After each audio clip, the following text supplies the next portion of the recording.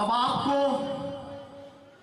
उस शख्सियत का इस्तेमाल करना है जो फादर ऑफ ऑर्गेनाइजेशन है, जो पाक सरजमीन पार्टी का पहला कारकुन है।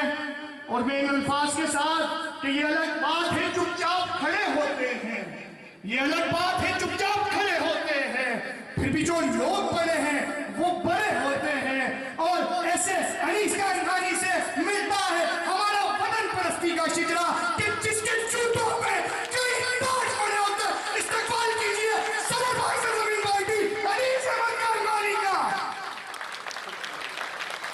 हमारी जिंदगानी